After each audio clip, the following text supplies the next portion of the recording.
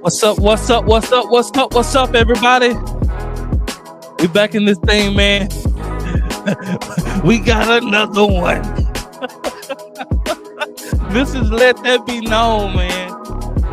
Man, a lot of stuff is taking place, man, in the past week or so, man, and we're here to talk about it, man. So everybody know, man, about the issue and the trending and the viral video of Marvin Sapp, Bishop Marvin Sapp, asking the ushers to close the doors so they can raise 40,000. And we here to talk about it, man. Also, we're here to talk about a crime spree, probably the quickest crime spree I've ever seen in my life. And we're here to talk about it, man. The crime spree took place in Dallas, man. We're here to talk about it. Lock in with your boys. Here's my co-host, man. Hey, what's going on, fam? And y'all go and grab yourself something to drink, man. Sit back, relax, let there be known. So what's going on, man? What ain't going on? That's the question. It's been spicy, man. I must admit, man. People feel some type of way about me and my comments about Bishop Marvin Sapp. I'm a huge fan of Bishop Marvin Sapp. Been a fan since his commission days. And I'm still a fan of his music.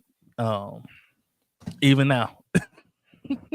You put on a Marvin Sapp song now, I'm gonna jam it. Even now. Don't know him as a person. Don't know him personally. So this isn't a personal video. This isn't a personal attack. I don't know the type of man he is. I don't know the type of guy he is. Don't know none of that. I'm not here to get into that. We're not here to get into any of that. We're here to talk about specifically the video and what's our thoughts pertaining what happened in the video. That's strictly it. What we believe, how we feel. Everybody's entitled to have their own opinion and feelings pertaining to this. This is how we feel. And this is how, we're willing to address it. So, don't take it to heart. Don't take it to heart, man. It's not personal. Like I said, we don't know Bishop Marvin Sapp, so this is not personal. We're not on here to talk about if he's a good person, a bad person, or whatever. Is he saved, unsaved? We're not on here to talk about none of that. You have to ask somebody that's close and personal to him. We're not. So, also, the other video, man, this is a guy in Dallas, man. I don't know how Buddy did this much crime in Dallas before the police could intervene. I mean, it's remarkable, man. I've honestly never seen this.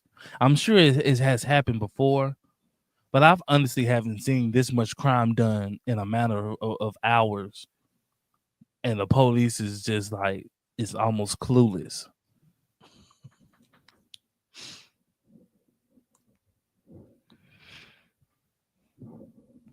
What's your take on it, John, before we get into the video? What's your take on everything, man? Yeah, so as you stated, man, it's not a character attack or anything like that. We're speaking specifically in regards to what happened, and how it pertains into what church is supposed to be. So, there's no personal shots. It's nothing in regards to his salvation, because like Dan said, we don't know. And plus, it's not our place to say if he is or not. That's not our place. We're only speaking in regards to what is out there, and like I said, in regards to what the church is supposed to be. So that's our only, that's the purpose for this video, man. And then in regards to the icebreaker video, man, it's going to be interesting to see, man. Yeah, it just it's interesting. That's all I'm gonna say, man.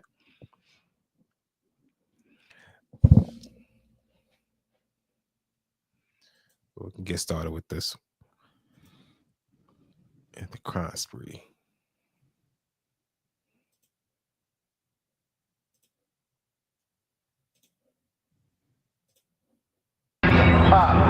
For more than an hour Thursday night, cops pleaded with a wanted man holed up in a wrecked stolen car in this parking lot off Singleton Boulevard. Jack Booker lives nearby and was taking a stroll with his dog.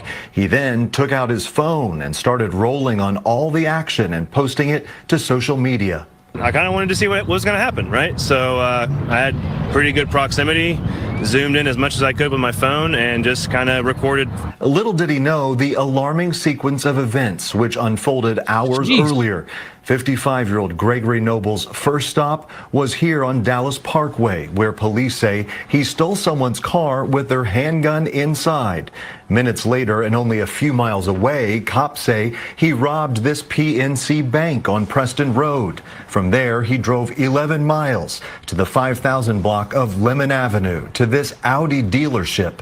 Employees there tell Fox 4 the man threatened employees, stole a customer's car, and took off.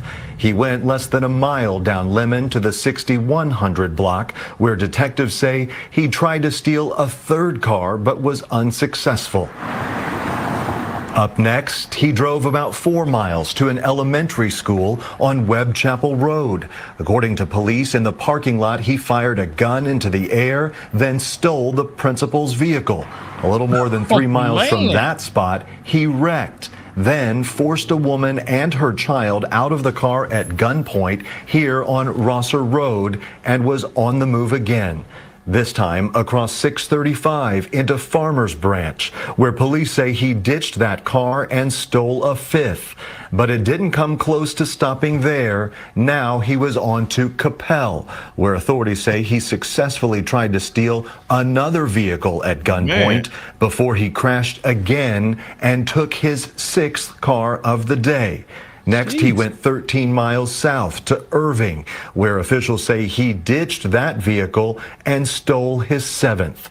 Officers finally caught up with him here in the 1800 block of Homeland west of downtown Dallas. While trying to pull him over, cops say he led them on a 2-mile chase down this road before finally crashing out in this parking lot off Singleton, where Jack Booker was. There's probably about 50 different cop cars here, and eventually they had to call the SWAT team in. Finally, Gregory Noble's joyride came to an end, and he was taken into custody. He faces a slew of charges. According to investigators, he committed at least 14 violent felonies in the span of a few hours.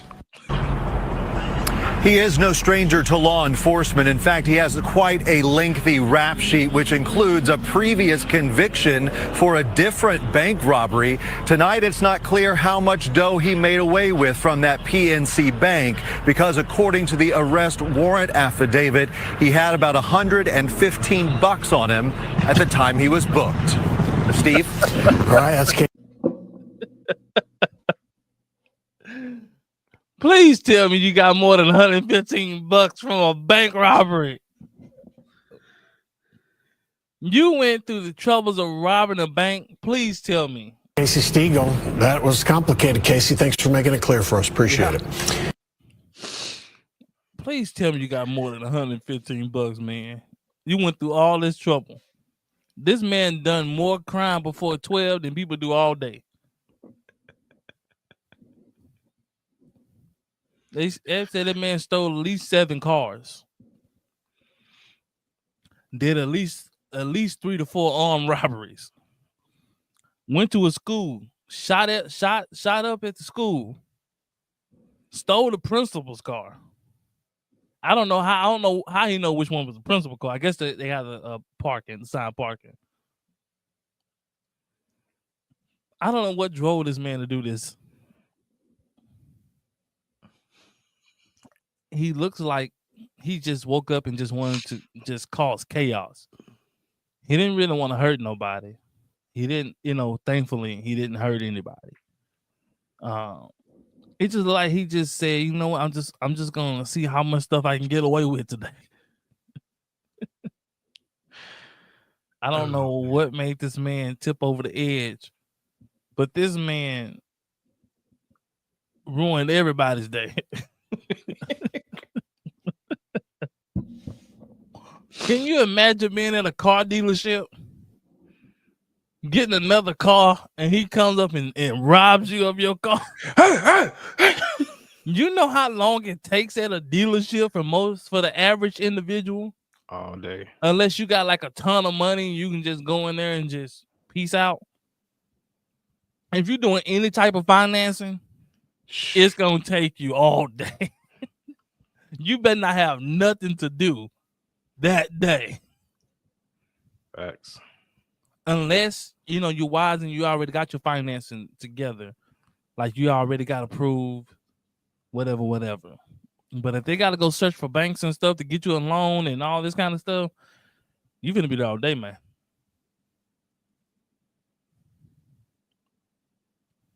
And to have somebody come up there and rob you,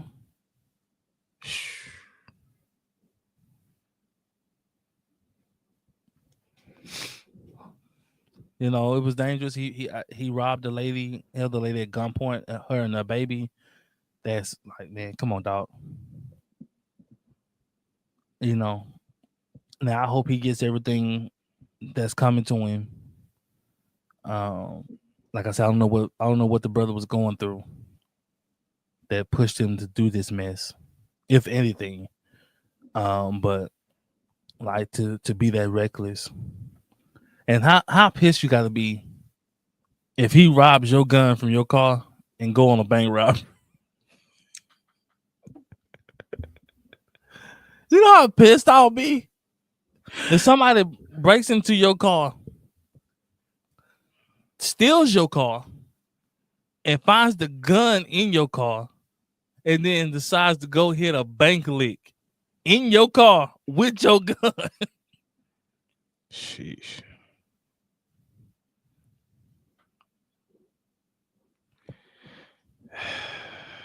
You ain't want that gun no more. I ain't want it no more. It been robbed with and everything. I don't want no more. You know how Dallas is, boy. They take their sweet time getting that stuff out there. Facts. You get pulled over again. Oh, this got a bank lick on it. Hey, man, that's all. Man, they been to call 20 cars on you. Whoop whoop. You sitting up there, man. That was not me. This got a bank lick up there. You sitting on the curb. Hemmed up. Well, sir, we're gonna take you down until we figure this out. Man, they said they were gonna take this mess off here. Boy, Dallas, they take their sweet time. You gotta get your lawyer to get that stuff off of you, man. That bank robbery on that gun, boy, they take their sweet time. Boy, they ain't finna clear out that gun. They got that serial number of that gun. Got that bank robbery on there. Facts. Your car on that, man. I'm gonna give a quick story. I'm gonna tell it. I'm gonna tell it. So, my dad had bought my grandmother a car. I already knew you. Right? It was a white. Was it a Trans Am? Trans Am. There's a Pontiac for sure. I don't think it was a Trans Am. Or was it Grand Am? It wasn't a Grand Am. It was a Pontiac, but it wasn't a Grand Am. So it was a white. It was a white Pontiac. It was a while ago. It was in my teenage years, so it was a while ago. And he gave it to my granny, and at this time, my granny was no longer really driving like that. So everyone was coming over, all family was coming over, getting the car, driving the car, wrecking the car, getting pulled over in the car, getting stuff on the car.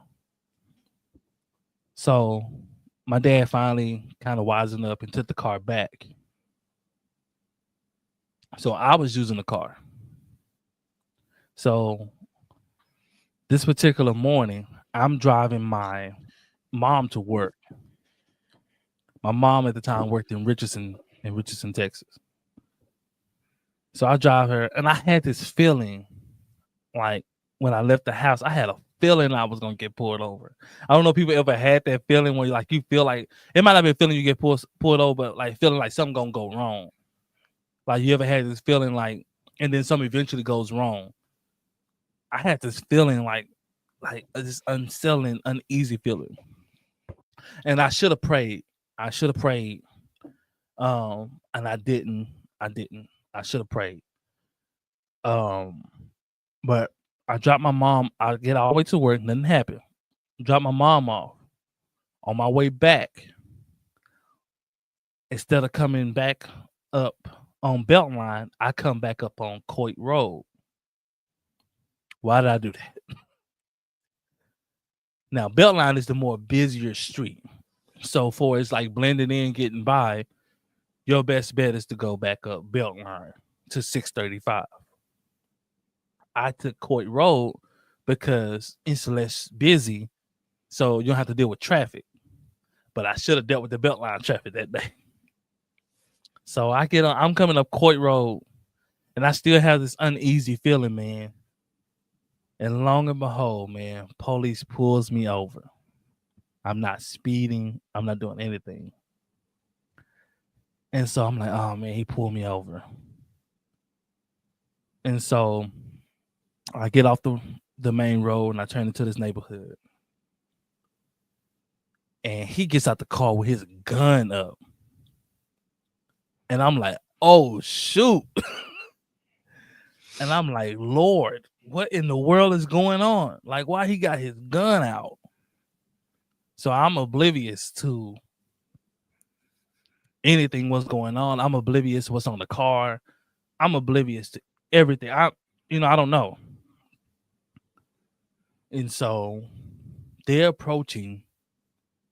He has a partner. They both approaching the car with their guns out.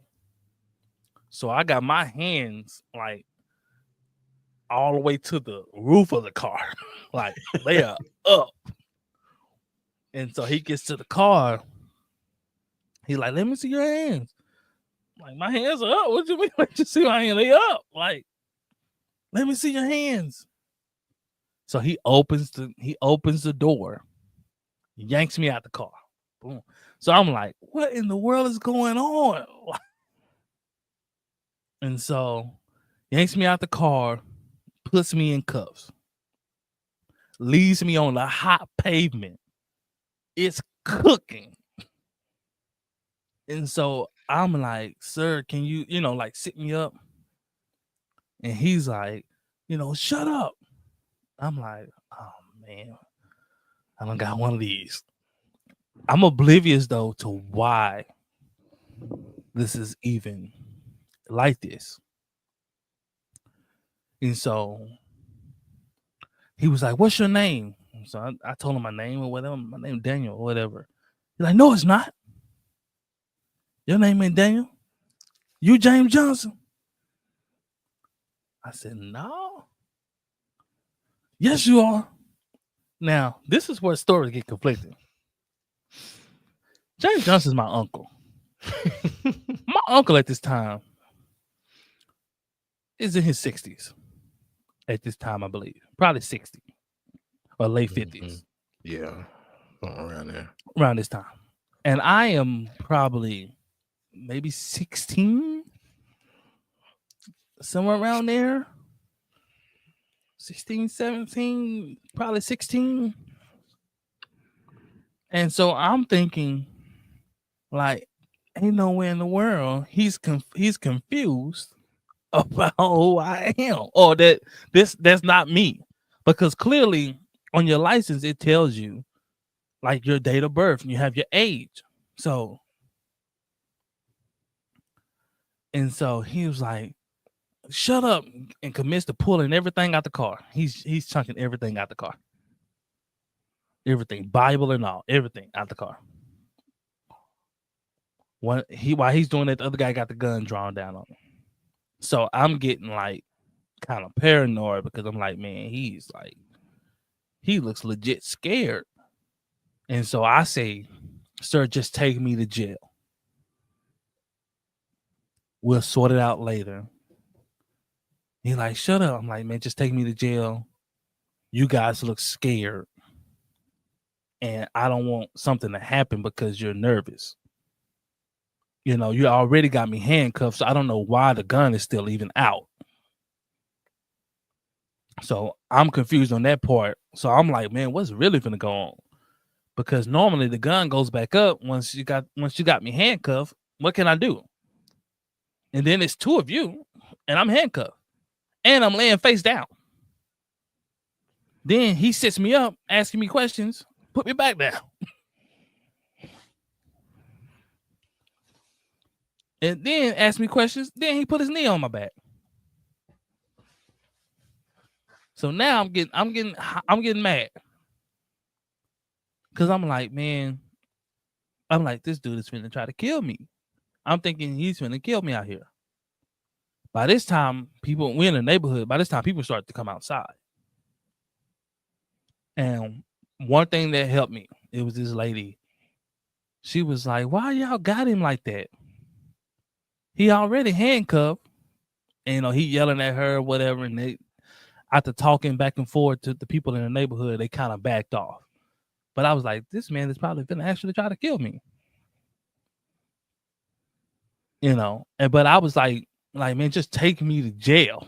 Like, I'd rather just go to jail and then just sort this whole thing out there. Or whatever. So, because I'm oblivious because I don't have a criminal record. So I'm like, what the heck is going on? Like, they got me hemmed up like I'm like, it's like 7 police cars pull up. Like I don't murder somebody. I'm like, man, this is crazy. Murder?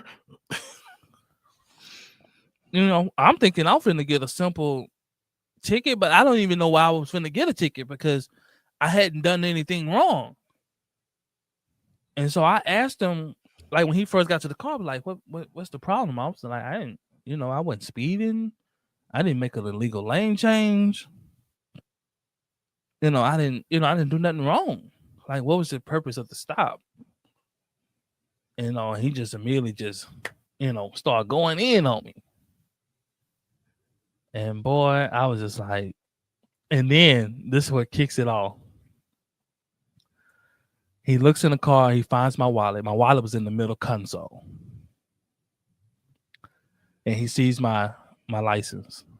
And he says, oh.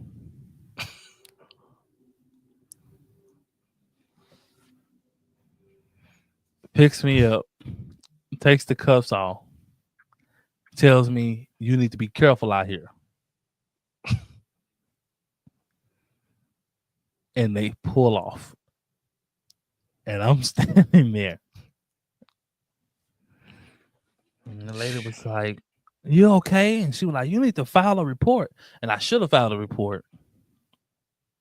But the time you're young, like, you don't really know, like, yeah. I really should have sued. But they left. They left with everything. All my stuff was still out the car. They threw the spare tire out. Everything out of the car. Hey. The tire, the jack, everything is out of the car. And I'm sitting there pissed and even more pissed because I got to pick this stuff up and put this stuff back in this car after what just happened. And they just bounced like nothing ever happened. And I'm like, boy.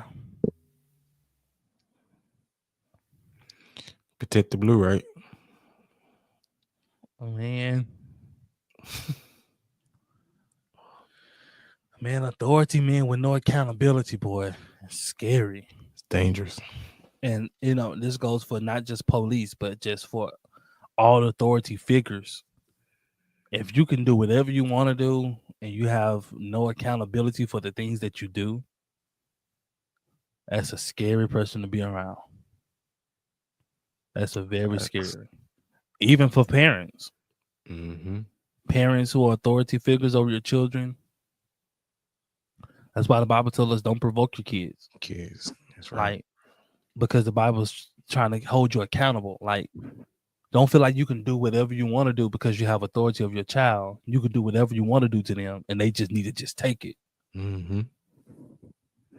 And then you treat them bad, and then you mad they stand up to you. Like, this is enough. Like, Facts. the Bible said, no, don't be mad because you provoked that. Like, you did that. You wonder why you and your child relationship ain't good. So, man, but that was a quick story time. We'll start doing that more and more. We'll start having a little bit more story time, tell y'all a little bit about, some wild stuff that don't happen in our life. But that was one scary time as a teenager, being caught in that situation, being helpless. But thank the Lord, made it out safely, man. Indeed. Moving different, man. Make sure you stay prayed up, man. Make sure you stay prayed up. If you have a feeling, man, and I didn't know that was the Holy Spirit urging me, like, hey, and I was saved at the time, but I wasn't always adhering to the Spirit of God, and the Spirit of God was urging me at that moment, like, you need to pray, and I should have prayed. And it's funny because my mom said I felt something too, and she should have prayed too, but she said I felt something too. But shout out, man. But man, we'll move on to the grand finale, man. Hold on, let me get my thoughts out, man. Oh, what you got? Oh, yeah. Oh. I'm not gonna lie, man. I was impressed. You have to be. I don't condone it. I don't condone the actions at all. That's funny. But I was impressed to do that much dirt in that short amount of time. And not get caught. He only got caught because he got sloppy. Because he had the police in the scramble. They didn't know who, what. Well, for those who don't know, he's moving from different fractions of the city. He was in Uptown, which is a nice part of Dallas. This is where, and where he was at the Audi dealership. It's the Rolls Royce dealership, the Mercedes Benz, all those are Porsche. They're all on the same street. So he wasn't in the hood or nothing like that. He was in a nice part of Dallas. Then he went to Capel, which is very nice. And it's suburbs a way different fraction. That from there, that's about 30 to 40 minutes. Yeah. Just depending on traffic. That's out the way. And that's out the way. So he went northwest. That's kind of out there by me. Other side of Irving. North Irving. And so from there, then he came down to Irving. So that's when he started to get sloppy and got busted. But like I said, this is something that you see on Grand Theft Auto, the game. You don't see this in real life. He do all this, and he ended up, how much he had in his pocket? $154, something like that. 150. 100.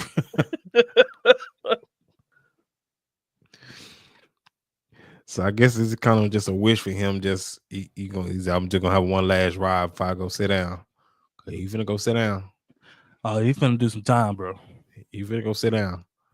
Not just the burglaries, but all the armed robberies he had, and then the gun at the school. Facts. And then he looked like he was in his, how old did he say he was? 50? Think so. But they say he got a long rap sheet already. Oh, so he finna, it's life. So he finna do the rest of his time. in there. They're gonna at least give him 30 years. At least. And then them dealerships, they're gonna press all the charges. They ain't gonna have to because they got you. So whether they want to press charges or not.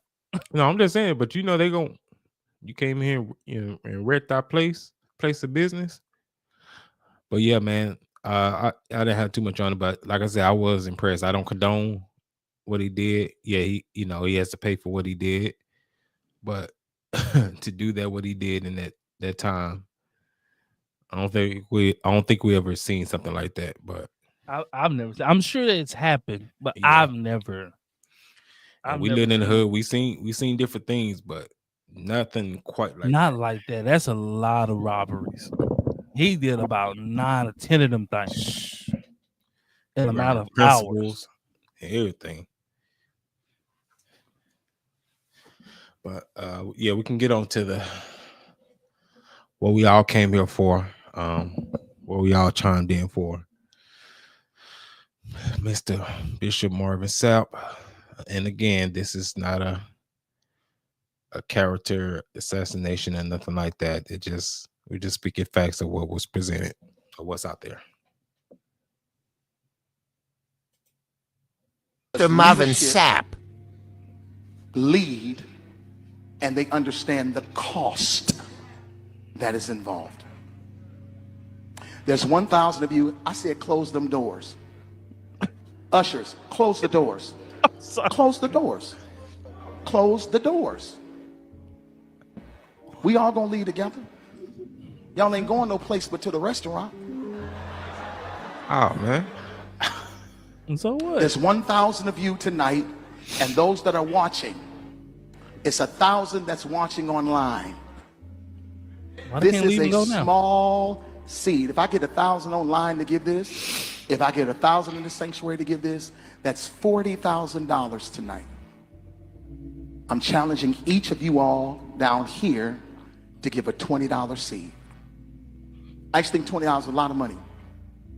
$20, believe it or not, when my late wife Melinda P. Sapp was alive, was a good date. I could take her to the movies, buy a box of popcorn, get 1 soda, 2 straws. I wasn't cheap, that's swag. I was looking in her eyes, she's looking in mine. Can't do that no more. Now everyone up here, we've all sold and seeded, but I need everyone standing up here with us, with me, to plant a seed of $100.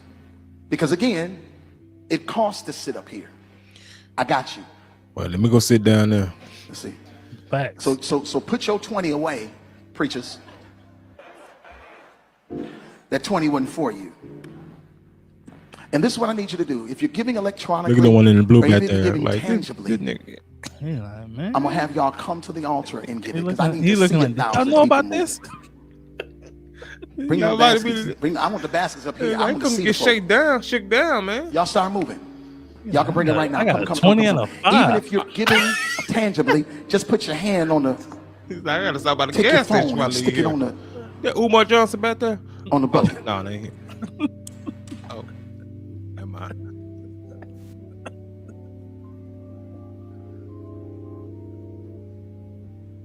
Think of me like, man. Shh. Giving is worship. Giving is worship. Giving is worship. Giving is worship.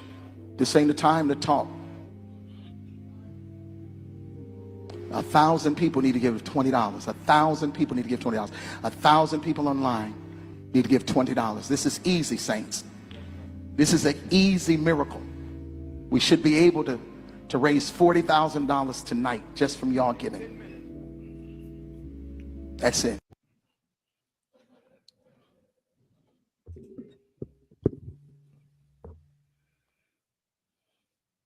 Go ahead, bro.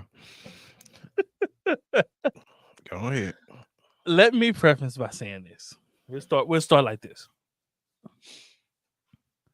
I believe in giving. I believe in sowing. I believe that you should give. I believe that you should sow. I believe you should give on good ground. So that means I believe you should give in something that you believe is fruitful, something that you believe that will bring God's glory in your giving. So I want to preface by saying that I do believe in giving, and I do believe that you should give. Now that that's been said, I believe that you should give with the right heart. And I believe that you should give with the right understanding. What I mean by that is,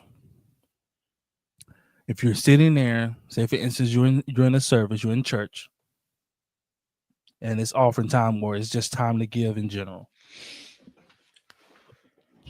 I believe that you should be giving what you are able to give.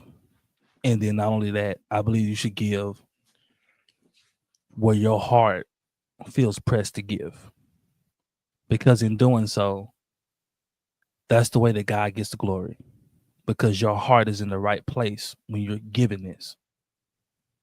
But when you're feeling that you're being manipulated or forced or coerced to give or give a certain amount that you might not have.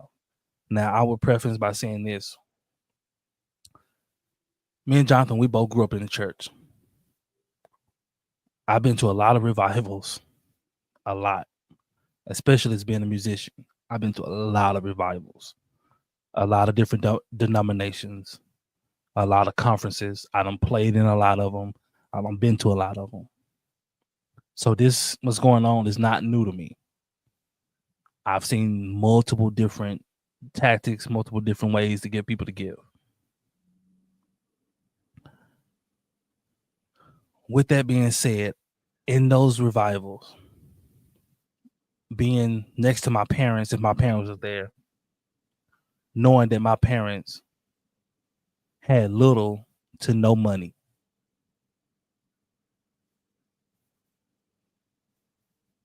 knowing that we most likely didn't have food at home to eat. I've seen at times my parents give their last in church. And at the time, not knowing that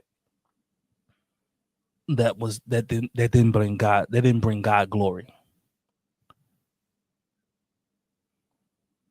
Forsaking your home to give into another is very yet a sin. The Bible tells us your home is your first ministry. Charity begins at home. You shouldn't take from your home and your home suffers while you're giving to another. The reason why I said that is most people in churches today, especially black churches, most people in there are living from paycheck to paycheck. Most people in there are not well off financially. Most people in there don't got it. And the reason why I say that, because I've been to multiple churches and I've been one of those ones who didn't have it, or my mom don't have it, or when I was real young, my mom and dad and them was on the board of a church, and my mom was over the finances, my dad was on the board, and they was expected to give a certain amount of money, and they didn't always have that amount of money, but they were still expected to give. Now, shout out to my dad. My dad stood 10 toes down, because my dad wising up was like, nah.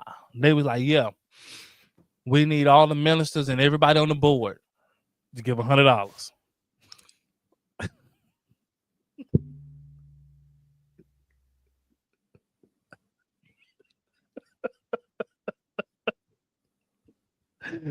And my daddy looked them right in their face. Said, I got 25. No, Brother Johnson. We need $100 from all the board members and ministers. 25. My dad shook his head. Said 25.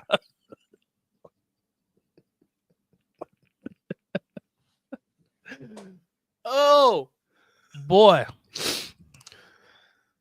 I was done after I seen that. And they was done with my dad.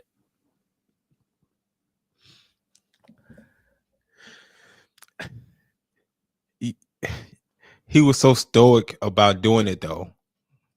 Cause they was all going down the line. Minister, you got yours, minister, you got yours. 25. He was stoic about it. He didn't even look at him. He just said 25. And then when they asked him about it, he stood on. He said, "Brother John, 25. 25. And he is.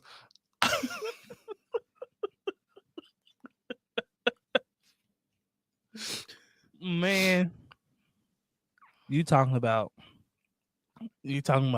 crazy and funny. But get into this video, man. After we preference that, get into the video. Like I said, I have no quarrels about giving. I believe in giving. I even have no quarrels about him even asking. That's not even the issue of the video. You running a church or you running anything. Like there's no quarrels about asking for donations. There's no quarrels about. Now, what the problem comes in is when the manipulation tactics come. Yeah, I ain't going nowhere but to the restaurant. So what if it's their decision whether they want to give or not. You shouldn't make them feel any kind of way for giving or not giving. And then telling the ushers to close the doors.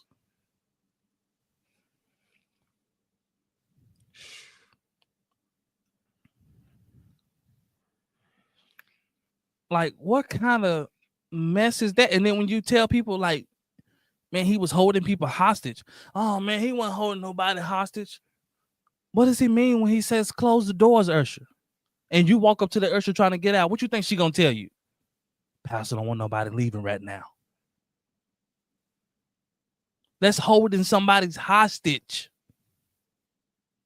until they pay you to leave or until they get the money they want. That's crazy. And the reason why I can say this is because, like, this ain't the first time this happened. This goes on in churches. I've been in several churches, several revivals where they're trying to raise money throughout this whole night of revival. I've been through 5-day revivals, and they're trying to reach an end goal on this 5-day revival. And they're shaking people down. And most of these people in these services are not well off. They don't have it to give. I've seen my mom and them only got $10. And we still gotta eat. And we don't have no gas.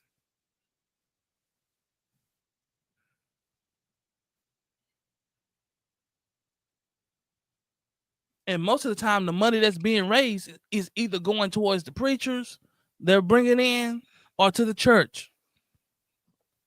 Their money isn't being reciprocated throughout the ministry or throughout the people that's not doing well in the ministry.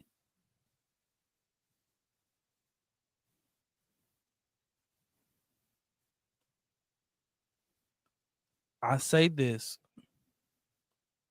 and I play with people. Man, you guys have to get free. You don't owe nobody but God.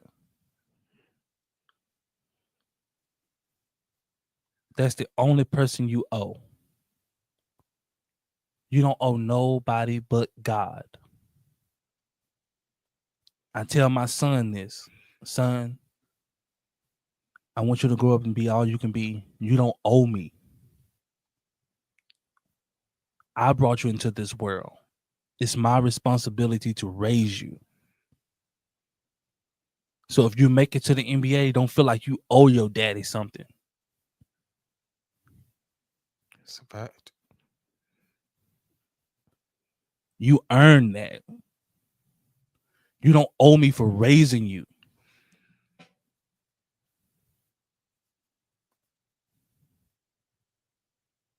I see parents all the time. All the time. Child make it professionally.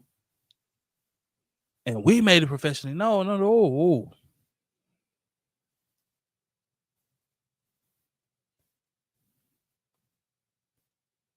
in the black community, man, we're one of the only communities, man, that we pass our inheritance backwards instead of passing the fruit forward so that we can keep progressing.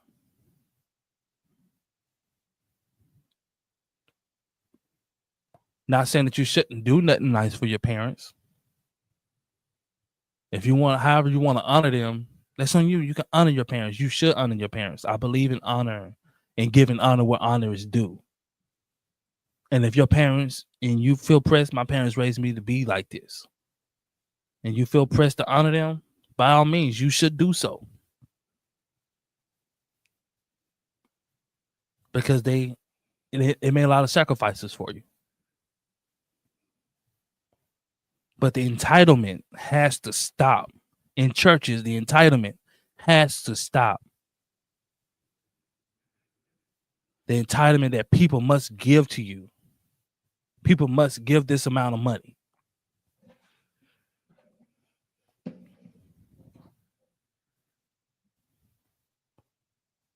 I'm going to read this scripture, man, and then I'm going to turn it over to John so he can go in on how he feels about this. This is 2 Corinthians, man, 9 and 7. And I'm reading from the New Living Translation, man. It says, each of you should give what you decide to give in your heart. Do not give reluctantly or under compulsion. For God loves a cheerful. Do not give reluctantly or under compulsion. So for those who don't understand what that means, it means forced or manipulated to give.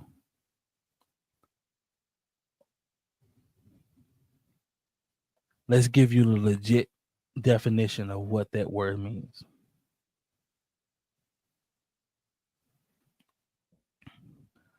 Compulsion, the action or state of forcing or being forced to do something. Constraint. They gave a sentence. This payment was made under compulsion. Compulsion.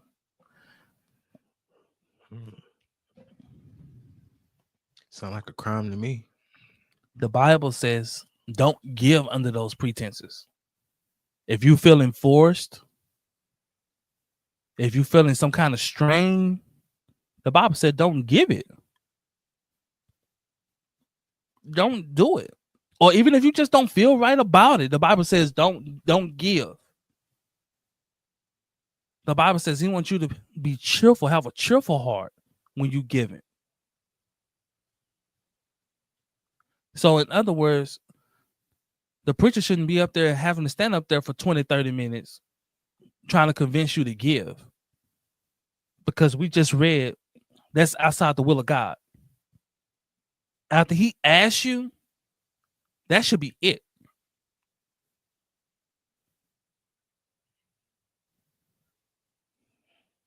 Because he shouldn't be up there trying to convict you into giving.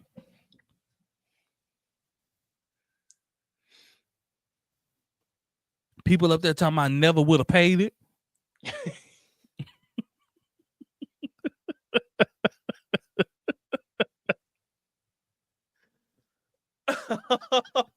When I seen that, somebody said never would have paid it. I said, boy, people are going in. What's your take on it, John?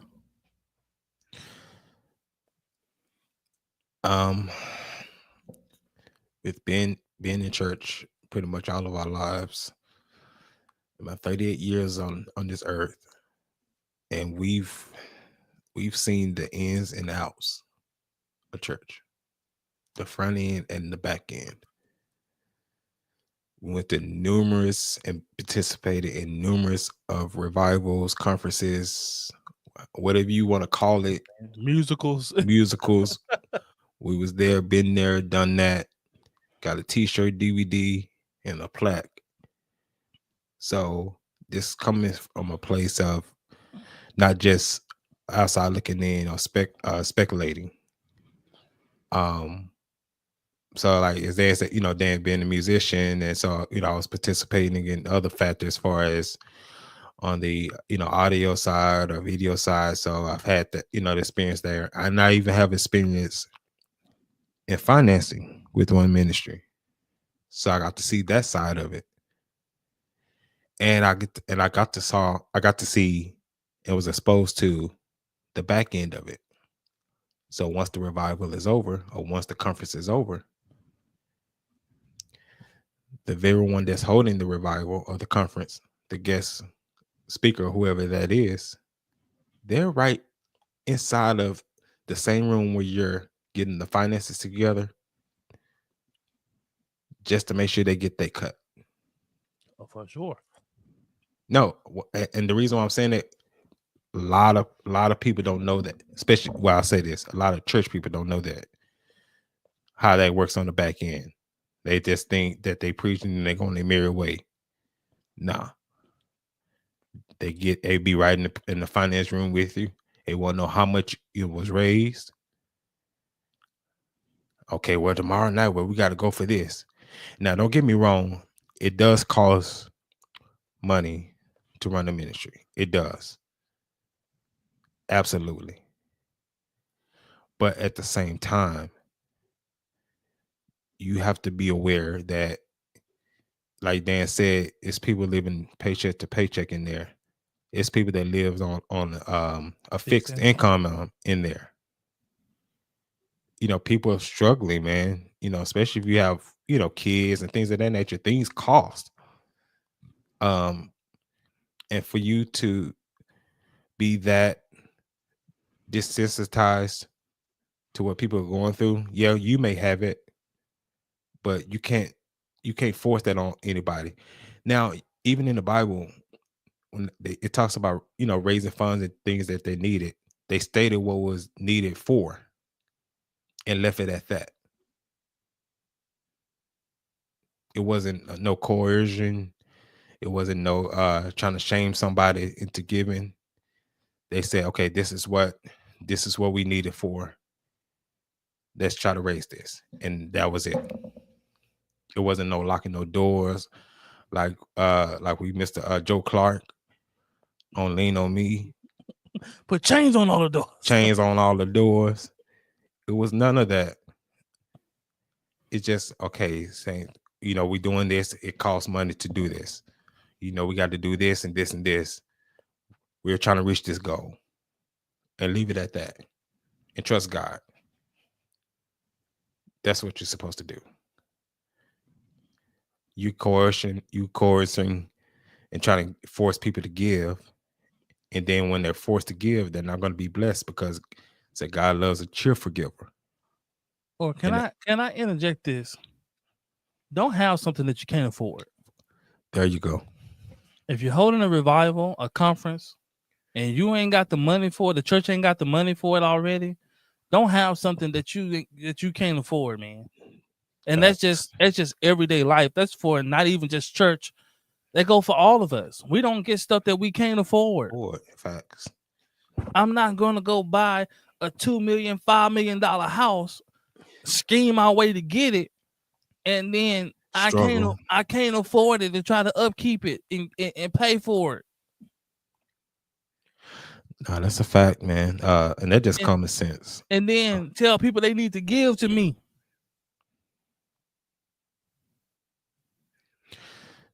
And one thing I hate about this whole situation, and it's been a stereotype, especially about the Black church, that is just all about money. And this really fed into the stereotypes of a lot of people with this video coming out like this, in the way, especially the way it was done. Yeah, it's bad looking, but you have to realize the souls that it's affecting by doing that and what you're portraying. It's a bad representation. Now, if for those that do know better and that actually know scripture and how things are supposed to go, you're okay. But the ones that don't, you have to worry about. It's people that's been affected like this. You're affecting your witness.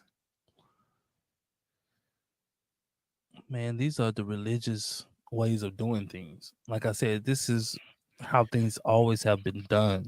It's Sadducees, Pharisees, and Sadducees. This isn't biblical. And I had several people come to me on social media who said, "Oh man, he ain't holding nobody." I was like, "Bro, where's this right biblically?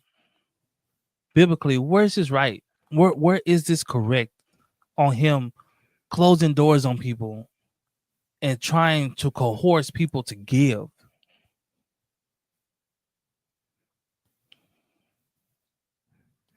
Where's this right? It's not. If you show me biblically where this is right, I get on here and say I was wrong. And I gotta say, man, for the ones that's defending that says a lot about you.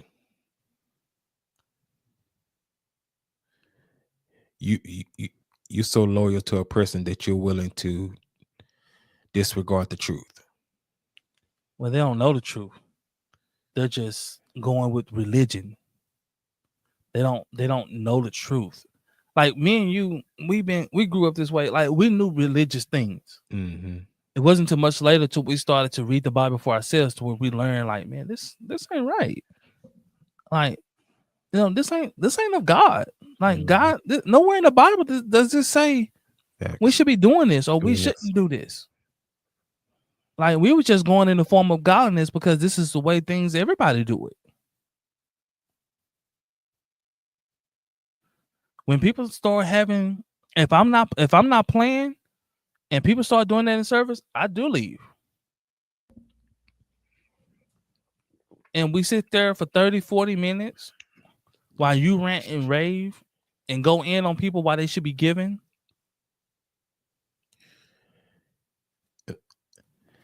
Then on top of that, I'm sure they had already had offering prior to that point.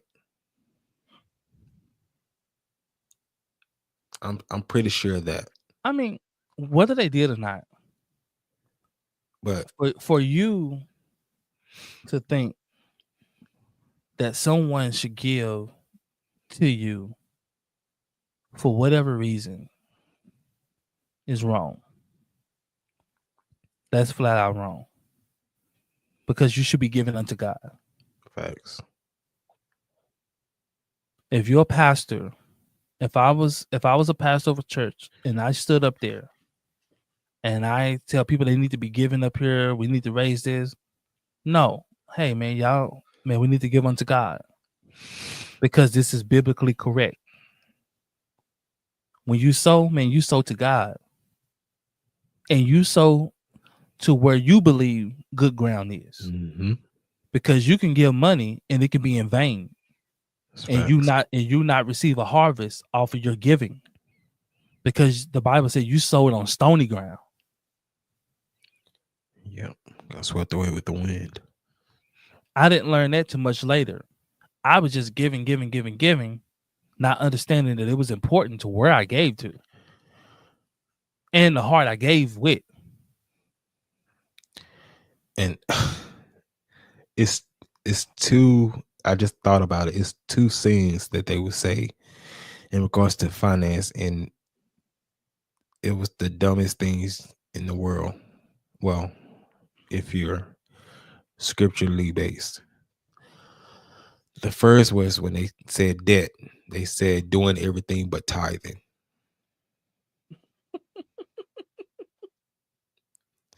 Second one was give until it hurts.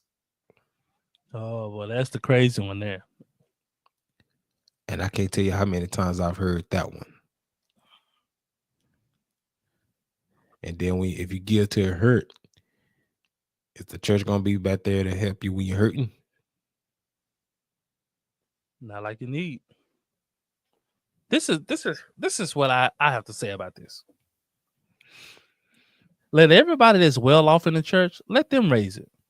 and then let everybody else give what they can give. Let's do it like that. Facts. So Marvin Sapp is rich. Let's get him to give a good bulk of it, and the rest of the people that got a lot of money, let's let them give a good bulk of it, and then let everybody else give what they can give for the people who are not well off. Let's do it like that. That makes the most logical sense, right? Sound logical to me. Because you're supposed to be giving out of your overflow to bring it into the storehouse. The things that you have left over, you're supposed to be bringing that to the storehouse.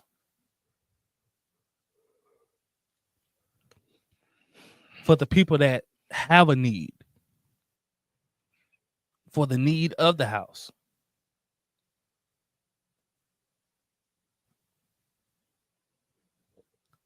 Not your last. Oh man, I'm barely making it.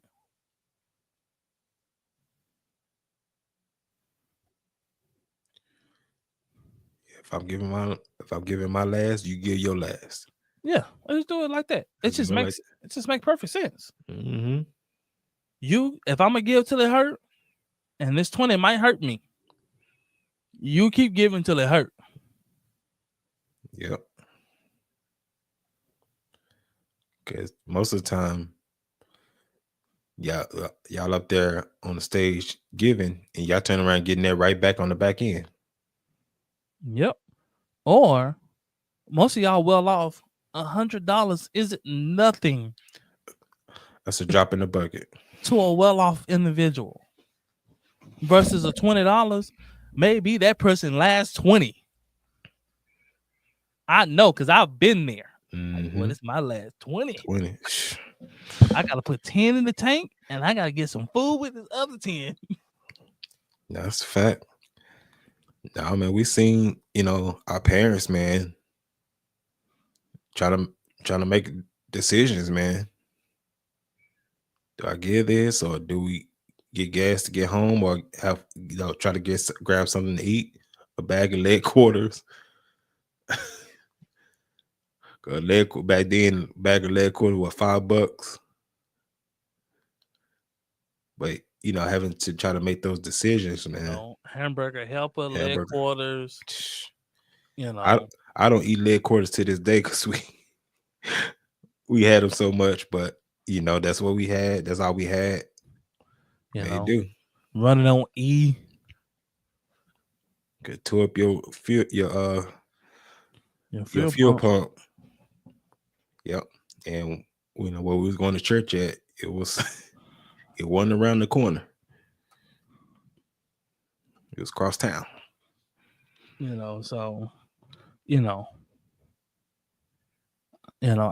think that, and I believe this. If you do right by your members will have absolutely no problem giving. It's the same as a job. Facts. If you feel like your job is doing right by you, you have absolutely no problem working hard,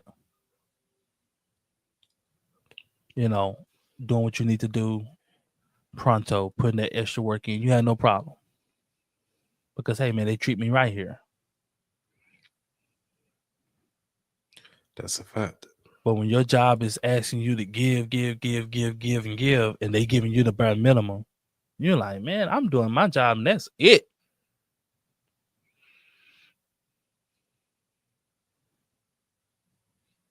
When you think about it, you're in such a disadvantage. Your job wants you to give a 2-week notice when you quit. But they fire you, they don't give you a 2-week notice. They just fire you.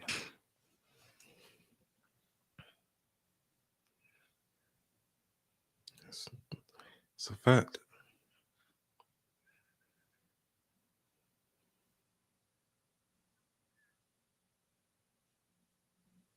Now I believe that if you're getting paid, you should do the job. I believe in that. That's right. That's honorable. It's the right thing to do. Yeah. But I also believe you should give an amount of that you're receiving. So if they're paying you the bare minimum, give them what they paid you for.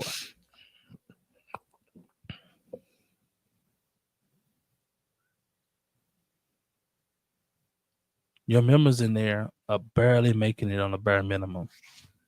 There's a lot of members in most churches. At least in most churches, especially big churches, 80% of the members are not doing good financially. They are not well off. What I mean by that, if they was not to get that check after that 2 weeks, they done. That's not well off. Most people, they check already spent.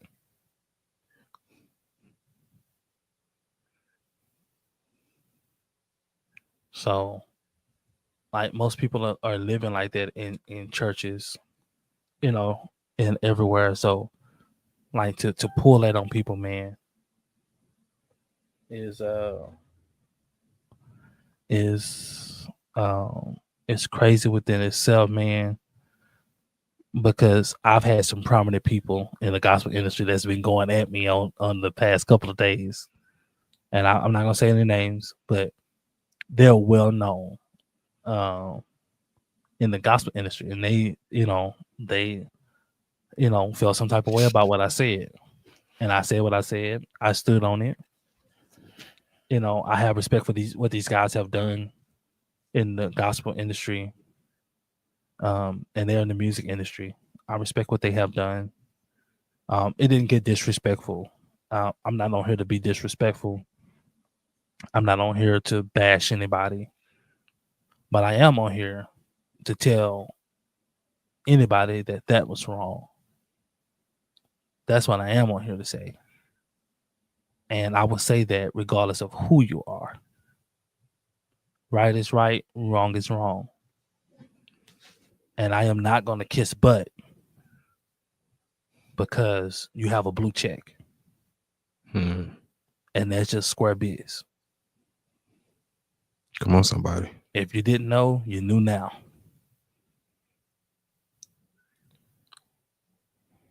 I know most people wouldn't have said nothing or would have kissed butt in that situation.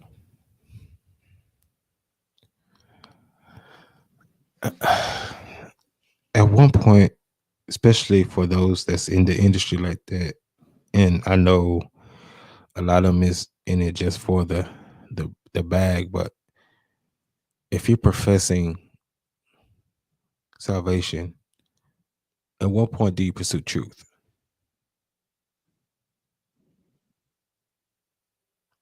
At what point? Well, you don't look for truth if you don't think that you're, if you haven't found it. I mean, but on the way that you haven't found it is when you start reading the Bible and things start to contradict itself. So like what's going on in the church is contradicted to what I'm reading. Right.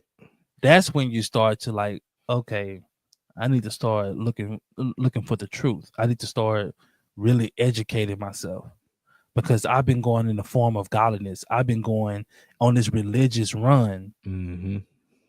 And man, a lot of this stuff. You're a Pharisee, man. Yes. A lot of this stuff ain't God. A lot of this stuff ain't biblical. A lot of this stuff ain't right. Some of this stuff is morally wrong. Yeah. Making people feel like they can't leave. That's morally wrong and illegal. That's what I'm about to say. You can actually get a kidnapping charge for that. That's literally a charge.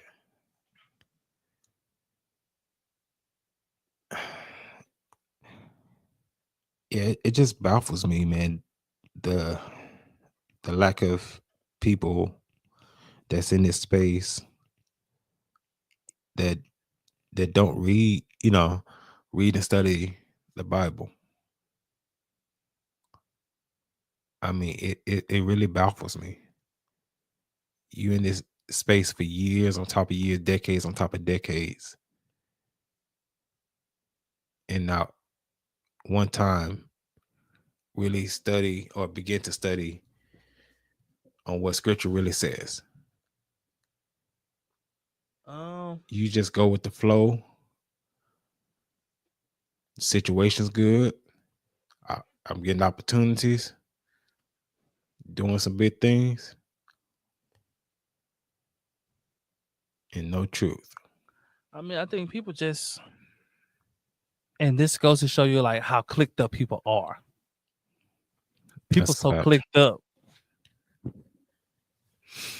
Now, nobody knows me, but I made a comment, and people are so clicked up that I had well-known people like coming after me. They was on me. And I had to ask them, man, where in the Bible is this correct? For you to sit up there and pander for money.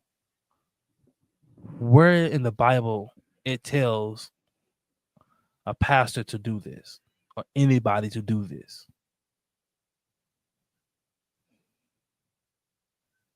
Can't tell you. If you can show me that, like I said, I will apologize and say, you know what, I was wrong.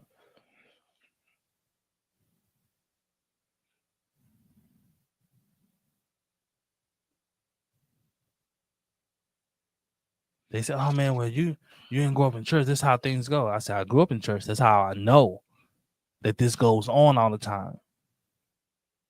I grew up in church. This is wrong. At the time, I didn't know no better. I just thought this is just how church go. I didn't know to even think like, is this biblically correct?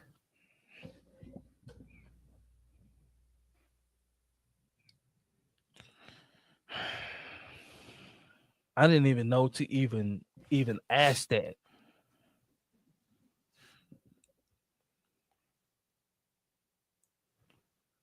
This is crazy. And it's not crazy in the sense that it's something I've never seen before. Now, for quite a few people, this is something they never seen before. It's just the fact, man, I'm looking at the potential souls that it can affect or set back behind this foolishness. Well, I would say most people already had this preconceived idea That's about right. About church. And so they're like, oh no, man. You want to sit up there, and churches are ran in the sense of, if the higher you go in ranks in church, you're all required to give a certain amount of money. Yeah. So that's why I say 20% of people in church are doing well, because you cannot get a certain status in church without forking over a lot of money. It's classism.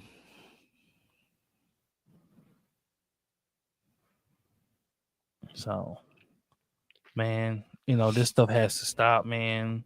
We're gonna speak on it. I'm gonna speak on it when I see it. I'm not, whether you don't like me after it, whatever. It's not personal. It is what it is. But this is not the way things go, and people are watching, man. This is not the way things go. This is not the way things should go. And man, you give, man, with the right heart. If your heart ain't in it, don't do it. You should give. You should give. But you should give into the right situation. And you should give on the right, on good ground. If you're giving to a ministry, man, give to the right ministry. If you're sowing into somebody's life, man, sow into the right person. And giving ain't always money either. You can sow your time. You can sow your efforts, your gifts. So that's all I got to say about that, man.